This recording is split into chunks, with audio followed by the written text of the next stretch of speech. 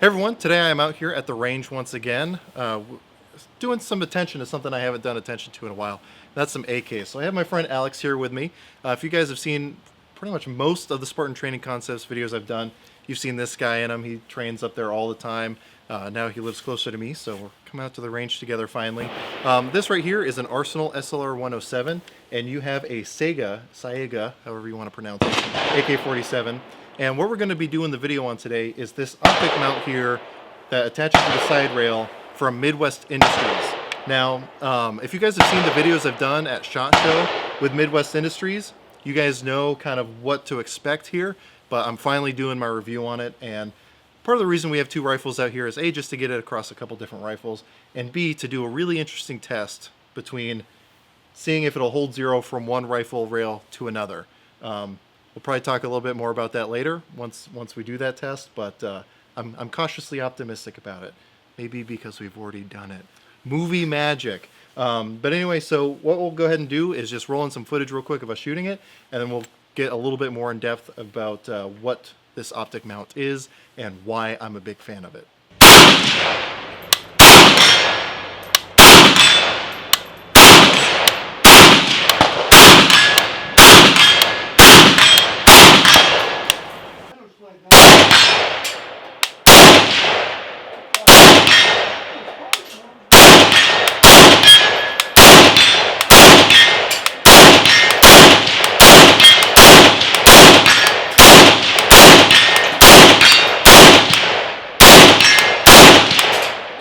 So now we got this thing back here under the overhang, and I'm going to try to hold this in a place where it's going to want to focus on this.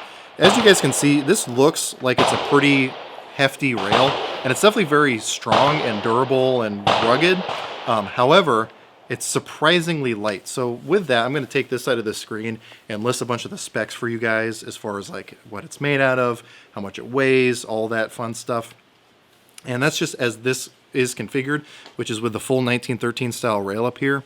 They have it in a couple different configuration options, i.e. ones that are built to take an MRO, T1H1. They have one with a 30 millimeter ring, so if you're running like, what is it? Well, the red dots that accept those, then you can get it dedicated for that. We're just going to drop it lower. I'll talk a little bit about that more later. Again, going in depth as to some of the features on this thing, it is quick disconnect. As you can see down here, it has this little throw lever. So just like the other Midwest Industries quick disconnect things, hopefully this will be in focus, you just push in up here and then swing this bar down, which I have it pretty tight right now. Oh, probably need to loosen it up one notch, but taking it off one and putting it on the other will do that. So let me go and just demonstrate how that works real quick. One problem with some of the quick disconnect mounts out there is the way that the tensioner is adjusted leaves it open to loosening over time. The way Midwest Industries designs their quick disconnect mounts makes it so it's mechanically impossible for it to loosen itself over time, which to me is ideal. That's what I want. I don't want an optic mount that over the course of, even if it takes several years, where it's going to loosen up on me if I need to trust my life to that rifle whenever I pick it up, whether it's today, tomorrow, or 2 years from now. So the way it works is you push up on the little bar down here. Again, this is going to be very similar to any of the other Midwest Industries quick disconnect products if you have any experience with those. And that's going to lift up this little bar right here. And at that point, you can turn this little bar up here to loosen it or tighten it as is necessary for your optic rail. Between the Arsenal and that Saiga, it's about 3 different clicks to get it to fit between them, but then again, once you have it set, it's going to stay there. There's no way it's going to loosen or tighten over time, again, because it's mechanically secured underneath the little body here. The other cool thing about these quick disconnect mounts is up here, I don't know how well you'll be able to see that in this light, I might have to take a close-up picture. Up here, you have 2 little fasteners, which if you pop those out, like let's say I have this 1913 style, and then I have one of these primary arms red dots, which takes a T1 or H1 mount. I can just pop these screws out, get the T1 H1 specific little upper part here, put that onto the base, and then attach the red dot directly to that and get that optic mounted way lower. So that's a really nice feature, again, being able to swap between it, because again, if you have like a Trijicon MRO, you decide you don't like the 1.5 power or whatever it actually is, and you want something that's a true 1 power, and you get one of these red dots, you can just swap that upper part out easily, and then it's a lot less expensive than having to buy a whole new mounting system. So that's a really cool thing. Now, if you'll notice here, I'll try to figure out how to hold it so the light will see it. It is T-marked, so if you are taking your optics on and off for whatever reason, you can return it back to the exact spot you had it before. That's one of the nice things about painting your rifles, is it's really easy to do that even if you forget your T markings, because all you have to do is find where the spot that wasn't painted over because of your red dot, and then just return it back to that same spot. The pro of this specific top cover, or this top rail here, is also its biggest con. The pro is that with the full 1913 style, it's the most versatile. You can put whatever you want on it. However, that means it's also going to raise it up higher than anything else. So because I have this primary arms red dot on here, I have the 1913 style rail, which is in of itself kind of tall because it has to be. Then I have to have a base on this, which raises it up even more. So I actually have to pick my face up off the cheek rest of that rifle quite a bit in order to be able to look down the sight. Now, it is doable. You can get risers for your stock if that's something you want to do. But again, they do have optic specific ones, like for the T1H1, that'll work with this one. And again, if you see the video I did from SHOT Show, not earlier this year, but from last year, it pretty much co-witnesses. Depending on where your emitter is and the red dot that you're using, it'll pretty much co-witness. So it brings it really, really close to your rail. However, this will still allow you to do one really cool thing. So let me grab my rifle and I'll demonstrate that. So with the optic rail installed, I can still completely disassemble my rifle here. So let me get my dust cover off. I can still pull the recoil spring out. I can fully service the rifle with the optic mount still installed. So especially if you're running like a magnified optic where you want to make sure it'll return to zero, which this thing will return to zero, which we'll demonstrate shortly. You can still maintenance, clean out your rifle, and not have to take off your optic mount if you are afraid of it not returning back to zero. So with that, instead of doing your traditional return to zero test, what I'm going to do is something a little different. I can get this line back up. So instead of doing a traditional return to zero test, what I'm going to do is do some shooting with this optic attached to this rifle, which this has been on and off. So it'll return to zero again, enough for us to hit steel. And then I'm going to take it off, put it onto my friend's Saiga rifle, and see if it'll still hit steel at 100 yards. So let's go ahead and do that right now. So what we're going to do is we're going to take some shots at a piece of steel at 100 yards. It's a half silhouette, so may or may not hit them all. Got it attached to my Arsenal rifle, and then after we hit it a few times, I'm going to take this optic mount off, put it straight onto my friend's Saiga rifle, and just to see if it'll stay concentric, which if I'm doing my part, I think it will, but let's see.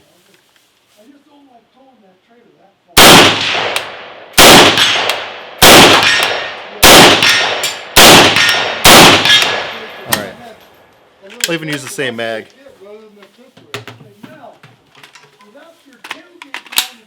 Oh, probably help if I grab the optic too. One day I had this thing and the little thing in here broke and I couldn't open the tailgate.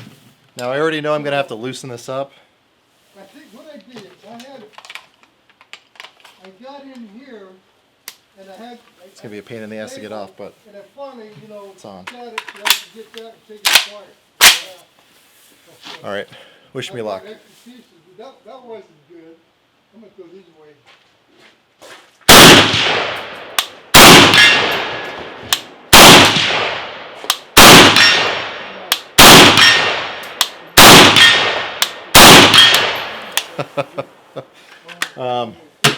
Now, this could absolutely be something that just happens on accident, but I think that's pretty impressive to have it go from one rifle, minute-to-man accurate at 100 yards on a half silhouette, move it to another rifle, have it still be minute-to-man accurate on a half silhouette at 100 yards. Might not be exactly dead on, but I think that's pretty cool. Not saying it's going to happen on everything, but at least it happens between a Bulgarian AK over to a Russian AK. Now again, I want to clarify what we just did by saying I'm not guaranteeing it'll do that across any two AK-47s or AK-74s or whatever pattern rifle you're running. Not saying I guarantee that, but apparently the machining between the Russian rifles and the Bulgarian rifles, such as this Arsenal, is close enough that it'll do it between these two. So my assumption is, based off that experience, that any well-made, and I want to clarify, well-made AK might be able to do that. Again, at least minute-a-man accuracy at 100 yards to, again, a half silhouette. So, you know, even further if we're looking at a full-size target. That's a really cool thing. Is Midwest Industries going to advertise that? Probably not, because, again, we can't guarantee that. But, again, before doing it today, I would not have believed being able to take it off a Arsenal rifle onto a Saiga and still have it hitting at least, as near as makes no difference, the same spot. And again, we've taken it on and off both rifles several times, and it's still doing that. So I would say the return to zero is pretty dang good, at least good enough for an AK, which this one, unfortunately, isn't super accurate. I can maybe get 2.5 inches out of it at 100 yards. So for as accurate as this gun is, it's more than accurate enough. But what I'm going to go ahead and do now is maybe do some drop tests with it. So I'll shoot at the steel, I'll drop this on the ground, pick it back up, shoot at the steel some more, and we'll see if it still wants to hit steel. So what I'm going to do now is a really quick drop test with this thing. I have this mag loaded up with 5 rounds. I'm going to shoot that at the steel. I'll hopefully get at least 4 on. Depends on my shooting ability. I'm going to drop it optic first on the ground, and if you can see behind me, this kind of goes along the whole length of where I'm at, which is kind of like AstroTurf almost style material above rock gravel. So not exactly the softest surface to drop it on. Let's go ahead and see if I can hopefully hit steel with this thing real quick.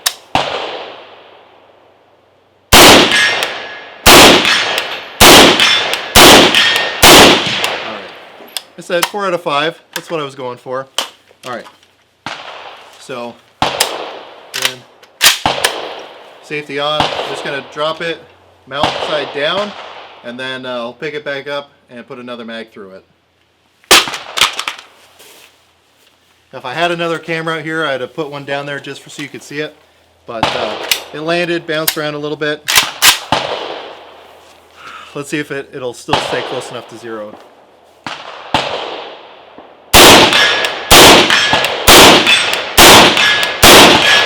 Hey, 5 out of 5. It's almost like it got more accurate after I dropped it. That or it was just me. But I'm happy with that.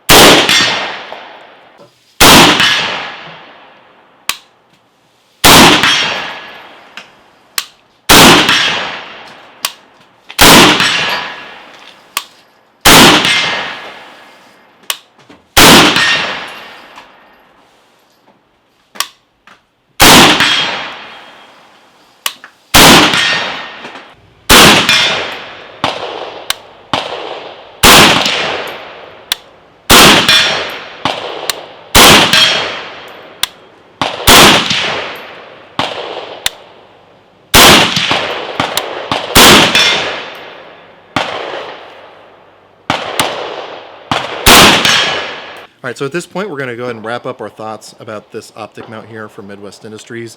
I'm going to let Alex here first give me his thoughts on it. Again, your go-to rifle is an AK. You've been shooting AKs for several years. That's what you have the most experience on, hence why I wanted him to be a part of this video. Also, he's just extremely handsome, so I couldn't not have this on camera. So what are your thoughts on the optic mount here?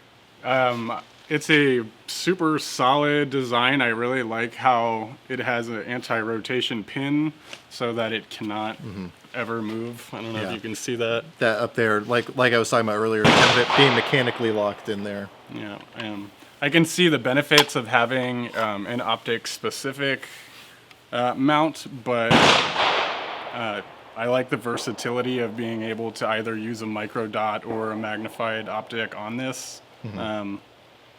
And you can switch these out, you know, instead of buying a whole other rail system, you can just get, something that will fit your MRO or whatever other micro dot and just replace the upper portion of the mount. And for all intents and purposes, it seems like it's holding up Zero extremely well, switching between the two rifles. And Yeah. yeah. What do you think about the weight of it?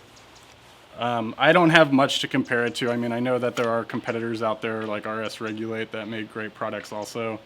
But I mean, this thing is solid feeling, and yeah, Yeah. I don't have much to say about the weight on it.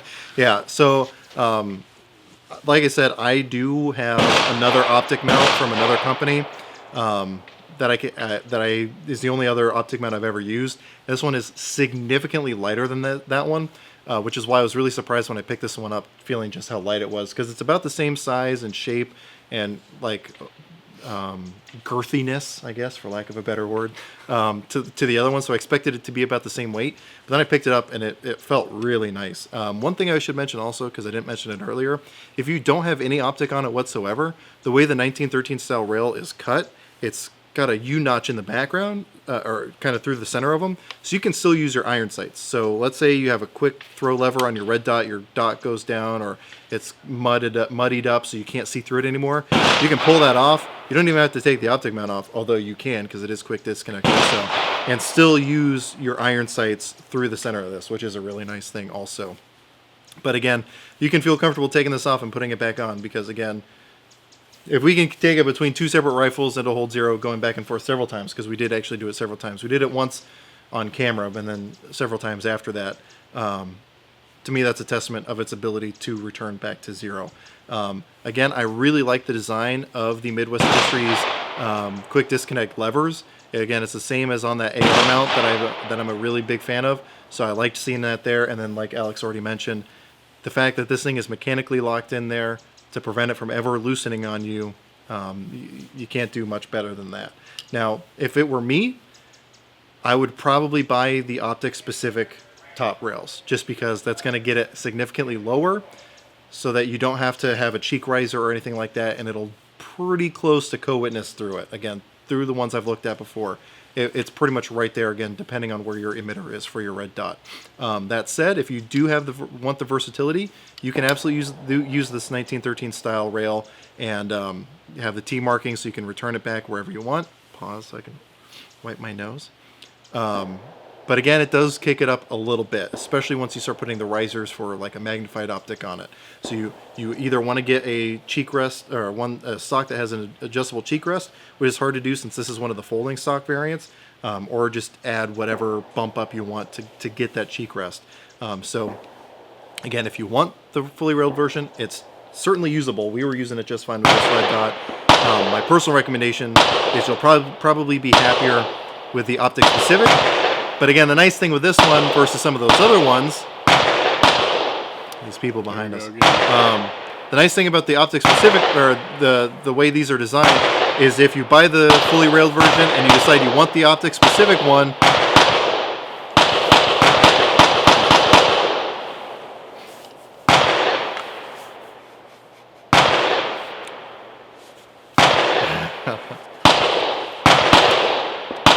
the nice thing about this is, again, if you do get the 1913 style one and you decide you want to get the optic specific one, it's just two fasteners. You pop those out, you pop the new one on, and you're good to go. So again, as he already mentioned, you don't have to buy the whole new thing all over again. So I'm going to have links below to this, as well as the video that I did at SHOT Show where we talked about this one back in 2017. So you guys can see what I'm talking about as far as being able to co-witness. But again, having an optic rail where you can still disassemble your rifle, still maintenance it, and have it return to Zero, even across a couple rifles for us, that's a pretty great thing. And I wouldn't really expect anything less from Midwest Industries. As you guys know, I absolutely love everything I've used from them, and I have a lot more from them coming up for review here very, very shortly. Anything else you want to say? I also think that there is something to say about how close it does sit to the dust cover, and how you are able to remove the dust cover without removing the optic mount, which I've had malfunctions in my AKs where I've needed to get in there to extract casings and other things, and it's just a nice option to not have to completely disassemble everything, because your AK will still run without a dust cover on. It's true. Yeah, I know people like to say AKs never malfunction. You either don't train enough or you don't run them hard enough, because AKs, even just the ammo They failures malfunction. at some point, the magazines will fail or the ammo will fail to where you do have to pop this cover off. I've seen, anyway, I can go on about that. Just watch Rob Ski's videos. You'll see some crazy malfunctions. Anyway, yeah, so again, really big fan. Check out the links below. But as always, I hope you got something out of this video, and I really appreciate you watching.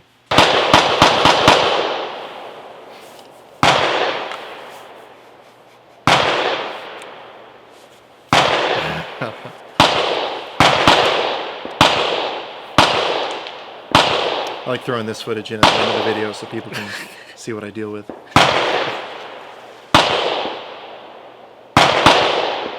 like 18, 19, 20. Well, and that's what happened like the other day when I was doing the silencer review. Like the dude would just do, okay. The nice thing about this is